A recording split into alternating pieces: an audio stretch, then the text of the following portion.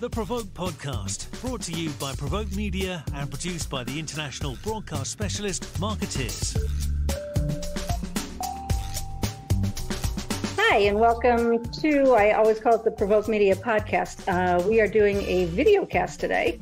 I'm Diana Marzalek. I am with Provoke Media, and we have our friends from Tier 1. Today, a PR firm, which they will tell us all about in Chicago and Boston. Welcome to Marian Hughes, co-founder and managing partner. Welcome, Marian. Thank you. And to Celina Fine, who is Senior VP and head of the firm's Agile Insights and Analytics practice, which we will be the focus of our conversation today. So welcome. Thank you so much. We're so happy to be here. And we're happy to have you. If you could just fill us in, give us a little primer on Tier 1, just so those of us who don't know a whole lot about the firm can kind of come up to speed, and then we'll go from there. Sure. So Tier 1 is an award-winning PR, digital, and content agency. We started out with our roots in PR, but have expanded. We have a full-service content agency and do quite a bit of digital work as well. We are women-founded and led, and we work with B2B and B2C leaders in technology, digital health, financial services, and energy tech really is the sweet spot of the clients that we work with. We are co-headquartered, as you mentioned, in Boston and Chicago, and we work with clients throughout the US and Canada. And this year, I can't believe it, but we're celebrating our 20th anniversary. Congratulations. Thank you. It's been a busy 20 years, it sounds like. Yeah. What'd you say? I'm sorry. I said it sounds like it's been a busy 20 years and continues. It has been a busy 20 years, and it's just been so much fun, seeing the agency evolve and grow to the point where it is today. Excellent. And one of the things that it has evolved into is having an insight and analytics practice. That's Celina, you had. Maybe you can give us a little bit about that, and then we'll talk about what differentiates Tier 1's practice from others and some of the cool things you do with Trendspotting and what purpose that all serves. Sure. Yeah. So we, created our Agile Insights and Analytics practice a couple years ago. And what really sets it apart is insights aren't created in a vacuum, Diana. And the way we approach, our trend practice is very much on, future casting, right? So we want to empower our clients to be to be first movers or very early movers on trends. And a critical need for that is obviously identifying trends as they're very much emerging. It's kind of like the analogy with a wave. Like when everybody can see the wave, you're kind of too late at that point. What we strive to do is to see it before everybody else does. We very much take a journalistic approach to the practice, Diana. So I myself spent the lion's share of my career in TV news here in Boston at the Fox and NBC affiliates at the time, and very much take that approach to, how we operate as an insights practice. And, our methodology is really focused on listening, connecting, and applying. So we're always listening to, emerging business and cultural trend news in real time. We're very much plugged into social and then obviously legacy media and niche media. And we're monitoring the full spectrum of opinions so we can get a really holistic view. And we focus on, a few key sectors. So we're listening in business and finance, technology, politics and economics, climate, health and science, sports and entertainment. And then a big one for us too is media and culture. And by doing that, we're able to, cut through all the noise because we're inundated, every day. Like we wake up and we're just like surrounded by all of this news that's happening. And so we help our clients kind of cut through all of that noise and identify patterns. So that's really what we strive to do, is to look at these conversations that are happening on totally different platforms and see commonalities, between the conversations that are happening that will inform emerging trends. And then last, but certainly not least, is applying, right? So the key is to be able to help our clients jump on these emerging trends really quickly, because that's what enables them to be, a first mover in the space. So we, apply our analysis really quickly to help our clients share point of views and with their clients and prospects and industry influencers so that they can add value before the conversation is oversaturated. So there's insights and analytics is certainly a huge part of public relations and communications now, and it's used in all different kinds of ways. Listening for potential crises, analyzing. You say, is trend spotting one way that you use this practice, or you mentioned the trend spotting practice? Is that really what this is? Is that really sort of the core of this practice? I would say that that's fair to say that trend spotting is the core of it. And then it's how we apply the trends, right? Like, how do they connect to our clients? And, they can connect in many different ways. So how we leverage the trends, we can use in a variety of different ways. But I think that one of the core tenets of the practice is the trend spotting piece of it. So it's interesting because, please go on. I was just going to say, and the practice truly did evolve. We mentioned how the agency has evolved over the 20 years. It really started by a way that we approached media relations and helping, really watching happenings in the industry and trends and opportunities for our clients. And it was so successful from a media relations approach. We stepped back and we said, we can apply this thinking that we have developed within the agency across so many of our services. And that's when we set out to formalize this practice.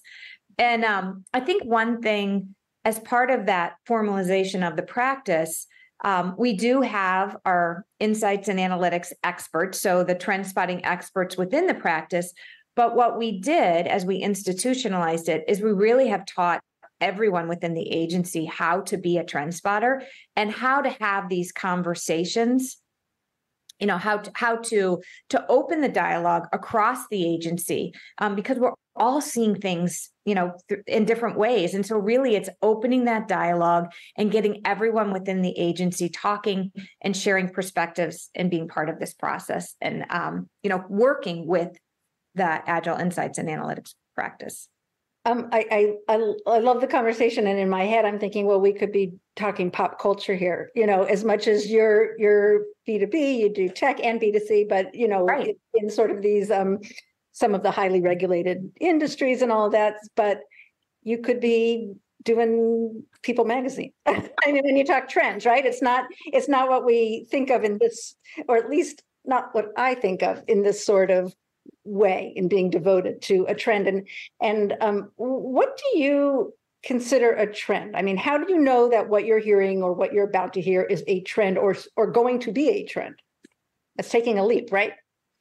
Yeah, and I think one of the key tenets of a trend is it really has long-term impact. So whether, you can look at something you're seeing today and a decade from now, if there's, still that ripple from the impact of the trend, that's a trend. So whether it's, societal expectations that are changing, technological, implications, there is that long-term impact that comes out of it. And I think it's really helpful to understand, sort of the foil between a trend and a fad, right? So a fad is something that burns really bright and fast, and then it's done. So I think like a few good examples would be anything on TikTok. Like right now, the Roman Empire trend on TikTok is huge, but I bet even, when this publishes a week from now, it could be passé at that point because it'll, happen so fast. Be Real, that social platform, that was definitely a fad. It was huge. I remember, there was a concert here. I'm in Boston at Fenway Park, and everybody pulled out their phone at the same time to take their Be Real photo. Nobody's doing that now. That's definitely a fad. Clubhouse was something that a ton of brands wanted to jump on, and it was going to be the next big thing. Who talks about Clubhouse now? That was totally like a nanosecond. Yeah. That was a big fad in the making. Whereas like trends, they start and then they have that ripple effect that lasts and it changes society or culture or something, for the long term. So a really good example would be the incredible progress we're seeing right now in women's sports. That's huge, a huge trend right now, and it has societal implications, but business implications too. It's great to see that like drive and visibility in women's sports, and it's going to change the business landscape. So I'd say that that's a big one. This was like the summer of the girl, between like Taylor Swift's like record-breaking tour and Beyonce and the Barbie movie. And I would say this is just kind of like a resurgence of a trend, because it's not the first time we've seen it. Like, women drive a bunch of the buying power, in society, but it's great to see that focus turn back on it, and there'll be, continued focus on the purchasing power of women moving forward because of it. So I'd say that that's another big one. And I would say from a business perspective, a great example of a trend that we're seeing right now, Diana, is really on the need for brands to operate with transparency, right? So like, we're in an economy right now that's very uncertain for many different reasons, and it's impacting consumer trust. We're seeing that trust dwindle. And so there's a huge need for brands to sustain trust. And in order to do that, you have to move with, transparency and consistency and authenticity. So I would say that that's something that's very top of mind right now in the business world, as an example. So Marian, one question for you is if a trend is, as Celina said, long-term impact or going to go on for a while, how do you know? I mean, it seems like almost like a sixth sense. How do you know what's a trend before it's a trend, right? Right. Spotting a trend and it's not a fad. Right. I mean, you must have weight to it or something, or just your person. It's got to have also sort of personal know-how and experience also. Right. And that's what the practice is really designed to identify, that wave, right? Riding the wave. And we do that by watching conversations, what's bubbling up, like when things go hot so fast. And then you could see that with Threads, right? Threads was so popular so fast. And then it began to dwindle. I mean, I think the story on Threads and what's going to happen is still to be told. But that is what our team is focused on. And we debate amongst ourselves. Is this a trend? Is it a fad? We've been debating amongst ourselves about the whole pickleball craze. Is that a trend or is it a fad? I mean, it's definitely having implications in retail and real estate. And, but it definitely feels fad-esque at this point. But yeah, so I think that's part of the art of it, is to identify, what's cooling out and what's continuing on. Yeah, I'm thinking about like last year, this time we were talking about the metaverse, right? Oh, right. Rising brands go in the metaverse, everything. And now who's talking about the metaverse? I don't think a whole lot, maybe, Right. I mean, it's got to also be an art form of you don't want to miss out, right? As an advisor, you don't want your clients to miss out. And yet, you don't want to just like go whole hog into something that's gonna, just grow in a few months. So, imagine you have to act somewhat cautiously.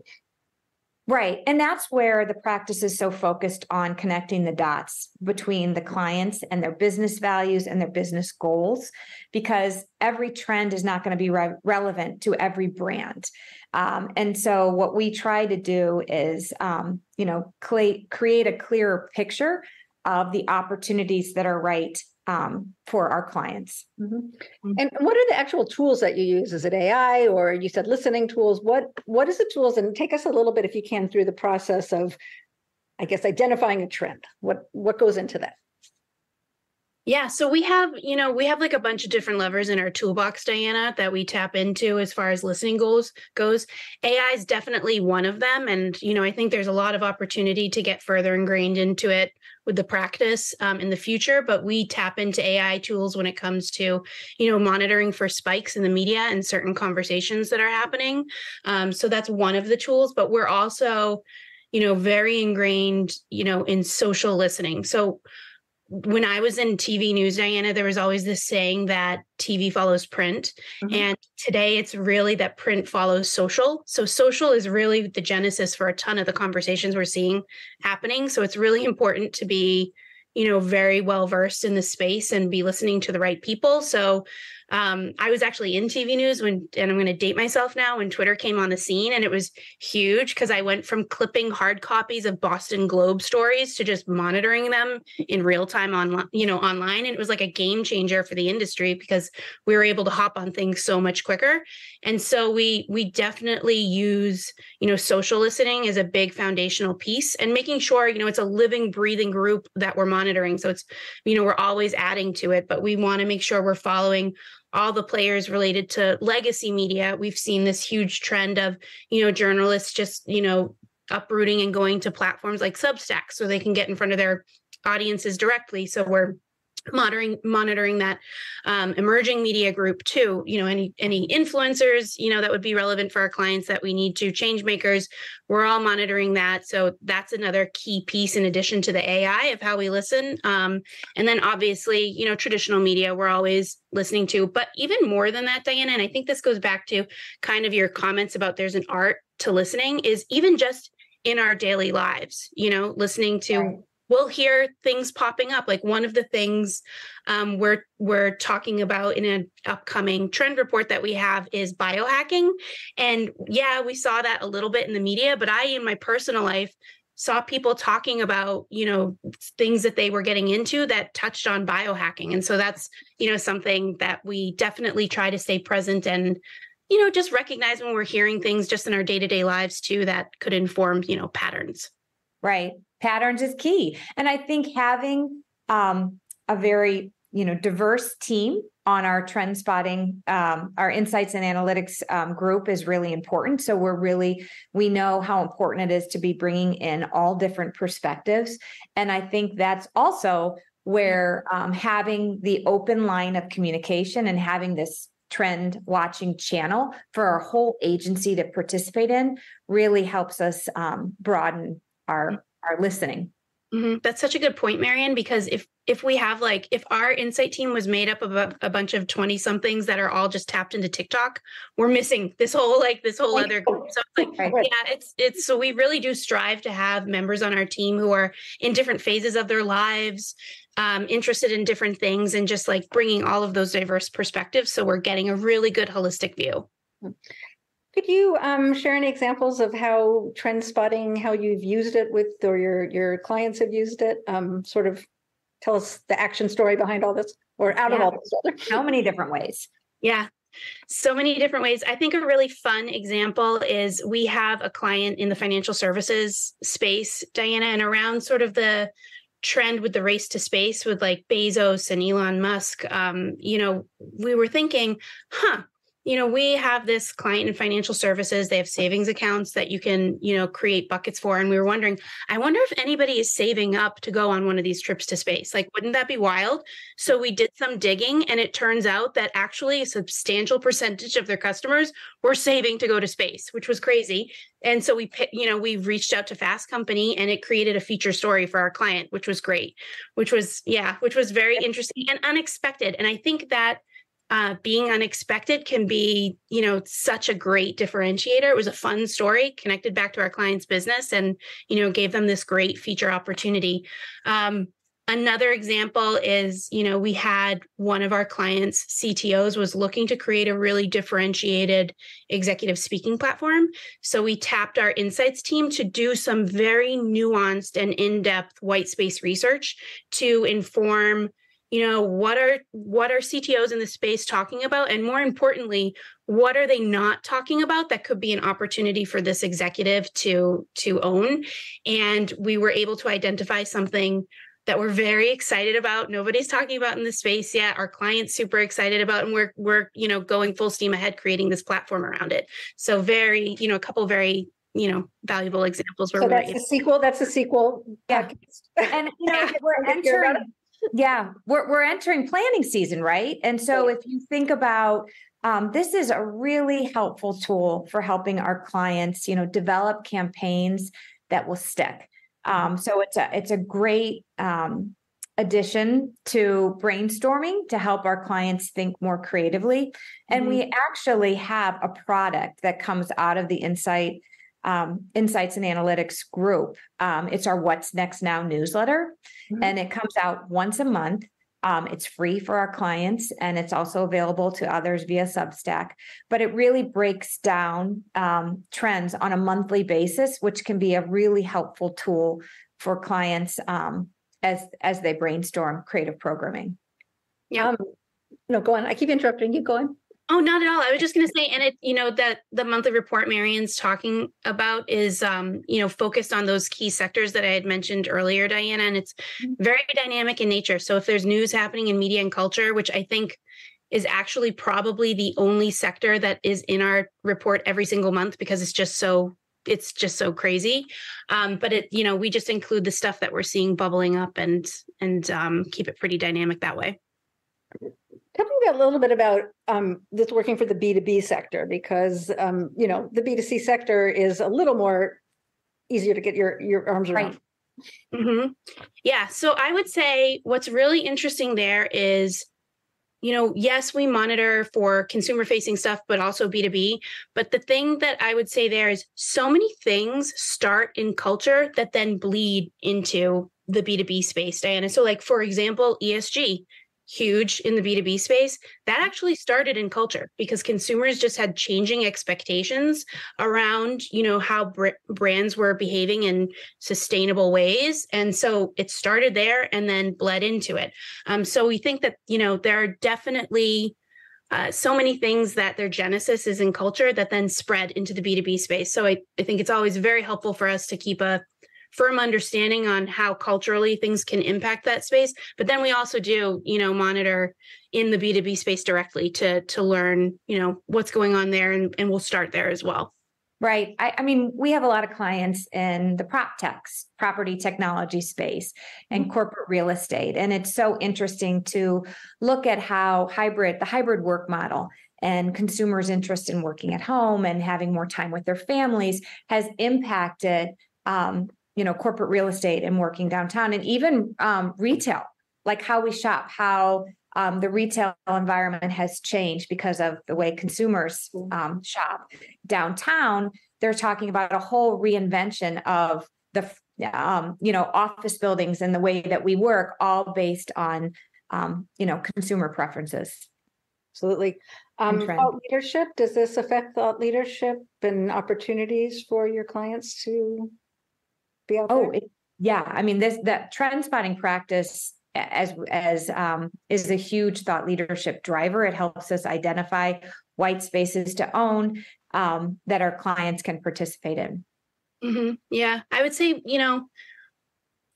in order to be relevant, you have to be in culture, Diana. And what a lot of our insights do is help our clients do that in a way that's authentic to them. And it can really be a North Star for us and for our clients. The beauty of our insights is that they drive authenticity. It helps us connect trends that are happening back to our clients and how it makes sense for them in particular to speak out or participate in certain conversations. So it gives us unexpected moments to do it and tie it back to our clients too. So I would say that that's, one of the key ways that our insights can help, but it manifests in so many different ways with our clients. So like whether that's on their owned channels, if an insight can tap into that and they can craft stuff around those perspectives on owned in marketing campaigns, obviously is a huge one, how insights can inform those. It's also really helpful to, I think, in understanding not only what you should be speaking out on, but what you shouldn't, right? So like what makes sense for you as a brand in particular to be taking a stance on something? Does it touch your brand values or is there a business rationale for it? So really informing from that perspective, what it makes sense. And that's big in the risk space too. Nowadays, like what you speak out on, there's risk associated with it. And so we can offer, some of that counsel to help, protect our clients' brands. Excellent. So you've been about a year that you launched this, is that correct? Yes. Yeah, we launched the practice in October of last year. So we're coming up on our year anniversary. Yeah. And do you see, I imagine there's ways for this to move forward. It's always between the technology and the information out there, this is opportunity moving forward, I imagine. Yeah, we definitely think this practice is going to continue to evolve. We're very excited about the role that AI can play or will continue to play in shaping this practice and helping us to identify trends even faster. So there's lots of opportunities that we're keeping our eye on. And I think as an agency ourselves, we are not the same agency we were 20 years ago. We continue to evolve as the world evolves. And I know that this practice will continue to evolve as well. Maybe you'll be trendsetters next. So all good. So interesting. I'm so happy for your 20 years of success. And this practice sounds great and this opportunity for you. So I appreciate the time you spent with us here today. Thank you. Thank you. And at one thing, people can follow along our trends. We'll be doing a blog post once a month with an insight from our What's Next Now newsletter. So that's a great way to follow along on this practice. And where will we find that? That is on our blog on our website. Okay, excellent. Excellent. We will look for that. All right, ladies, thank you. All right. Thanks so much. It was really great to have an opportunity to talk with you. You too. You too. Take care. Bye.